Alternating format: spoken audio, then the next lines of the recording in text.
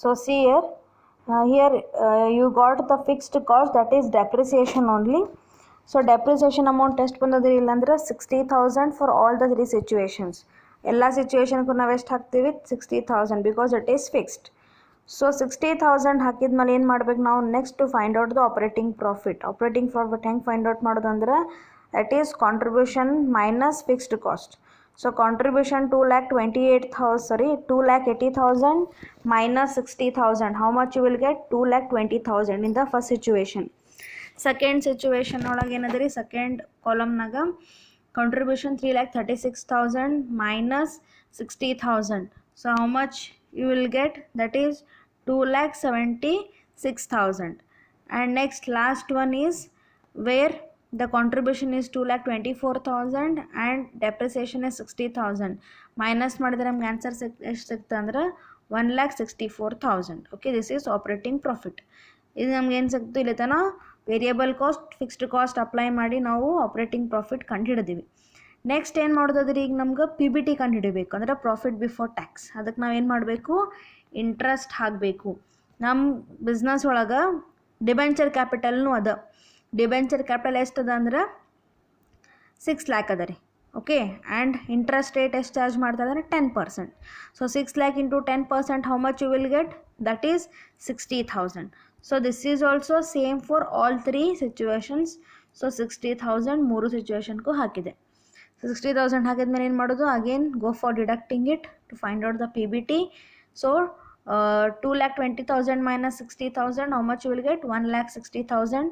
Next 2,76,000 minus 60,000, answer is 2,16,000.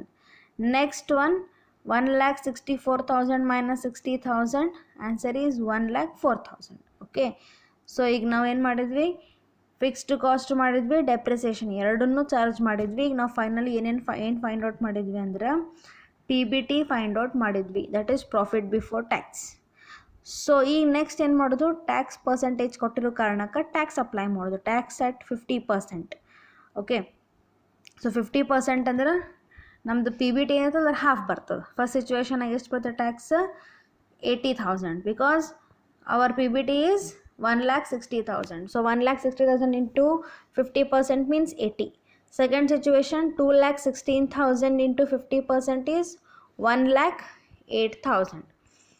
Next one 1,04,000 into 50% means 52,000. So minus ಮಾಡಿದ್ವಿ. ಈಗ ನಮಗೇನು ಸಿಗ profit after tax. Okay, so profit after tax for first situation is how much? 80,000 and second 1,08,000 and last is 52,000.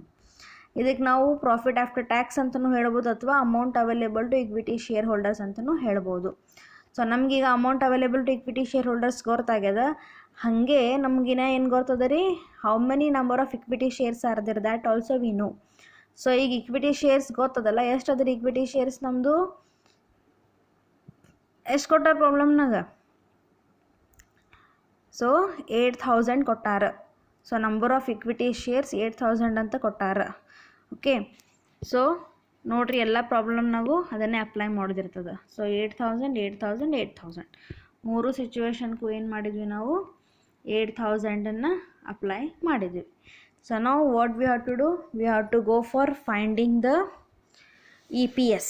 EPS ಹೆಂಗೆ calculate ಮಾಡೋದು? That is amount available divide by number of equity shares. So first situation, that is 80,000 divided by 8,000, how much you are getting the answer? 10 rupees. Second situation 1,08,000 divided by 8,000, answer is 13.25. And last is 52,000 divided by 8,000, the answer is 6.50. So you have to express these three in times. Okay, ಅಂದರೆ ಅಷ್ಟು times ಫಾಯ್ದಾ ಅದ ಅಂತ ಅರ್ಥ. So EPS ಎದ್ರಾಗ ಜಾಸ್ತಿ ಅದ ಇಲ್ಲಂದ್ರೆ second ಪ್ರಪೋಸಲ್ನಾಗ ಜಾಸ್ತಿ ಅದ. ಅಂದ್ರೆ if sales is increased by 20%, ಅವಾಗ EPS ಜಾಸ್ತಿ ಬರ್ತದೆ 13.25. ಓಕೆ, ಈಗ ನಮ್ಮದು EPS ಕ್ಯಾಲ್ಕುಲೇಷನ್ ಮುಗೀತು. ನೆಕ್ಸ್ಟ್ ಏನು ಕ್ಯಾಲ್ಕುಲೇಷನ್ ಮಾಡೋದಂದ್ರೆ operating profit operating leverages and financial leverages. So operating leverage calculation ಮಾಡಲಿಕ್ಕೆ ಫಾರ್ಮುಲಾ ಏನದ? That is contribution divided by EBIT. So contribution first ಸಿಚುವೇಶನಾಗ ಎಷ್ಟು ಅದ ನೋಡ್ರಿ, 2,80,000 divided by EBIT is 2,20,000. So how much answer you will get? That is 1.27 times. Next one is for second column, contribution is 3,36,000 divided by EBIT 2,76,000. Answer is ಸಿಗ್ತದಂದ್ರೆ 2.17 times. Okay, sorry, 1.217 times. Next one is third last one. So where the contribution is 2,24,000 divided by 1,64,000. So what is the answer? 1.36. So 1.36 times. ಈಗ ನಂದು operating leverage ಬಂತು. Next ಯಾವ್ದು find out ಮಾಡಬೇಕು? Financial leverage. Financial leverage formula ಏನದ ರೀ? EBIT divided by PBT. ಅಂದ್ರೆ interest ಕೊಡೋಕ್ಕಿಂತ ಮುಂಚೆ interest ಕೊಡೋದು ಆದಮೇಲೆ. So EBIT divided by PBT, first situation 2,20,000 divided by 1,60,000. How much you will get? 1.375 times. Next second column, 2,76,000 divided by 2,16,000. How much answer you will get? 1.277 times. And last column, EBIT is 1,64,000 divided by 1,04,000. So the answer is 1.576. Okay, so here this you have to calculated the financial leverage and operating leverage. Combined leverage ನೀವು ಆರಾಮ್ಸೆ ಬೇಕಾದರೆ ಮಾಡ್ಬೋದು, ಏನಿಲ್ಲ simple ರೀ. Formula ಅಂತೂ ಈಸಿನೇ ಅದ, ಯಾಕಂದ್ರೆ contribution divide by PBT ಮಾಡಿಬಿಟ್ರೆ ಮುಗೀತು. Contribution divide by PBT, that is one method. Another simple method is what? Multiply the operating leverage and financial leverage, you will get the same answer. So multiply ಮಾಡೋದು, ಇವೆರಡೂ ಆನ್ಸರ್ಸನ್ನು ಏನು ಮಾಡೋದು? Multiply ಮಾಡ್ಕೋತ ಹೋಗೋದು, ಅವಾಗ ನಿಮ್ಗೆ ಈಸಿ ಆನ್ಸರ್ ಸಿಗ್ತದೆ. I hope you are getting this problem. ಟೆಕ್ಸ್ಟ್ ಬುಕ್ನಾಗ ಇನ್ನೊಂದು ಸ್ವಲ್ಪ ಈ ಥರ ವೆರೈಟಿ ಭಾಳ ಅವ, ಮಾಡಿರಿ. And this is the last problem which I am explaining you in leverage. ಇನ್ನೂ ಮುಗಿದ್ರೆ ಲಿವರೇಜ್ ಕಾನ್ಸೆಪ್ಟ್ ಇಲ್ಲಿಗೆ ಮುಗಿಸ್ತೀನಿ. ನಾಳೆಯಿಂದ ಈ ವಿಡಿಯೋಸ್ ಕಳಿಸ್ತೀನಲ್ಲ, ಹೊಸ ಚಾಪ್ಟ್ರಿಗೆ ಸ್ಟಾರ್ಟ್ ಮಾಡ್ತೀನಿ.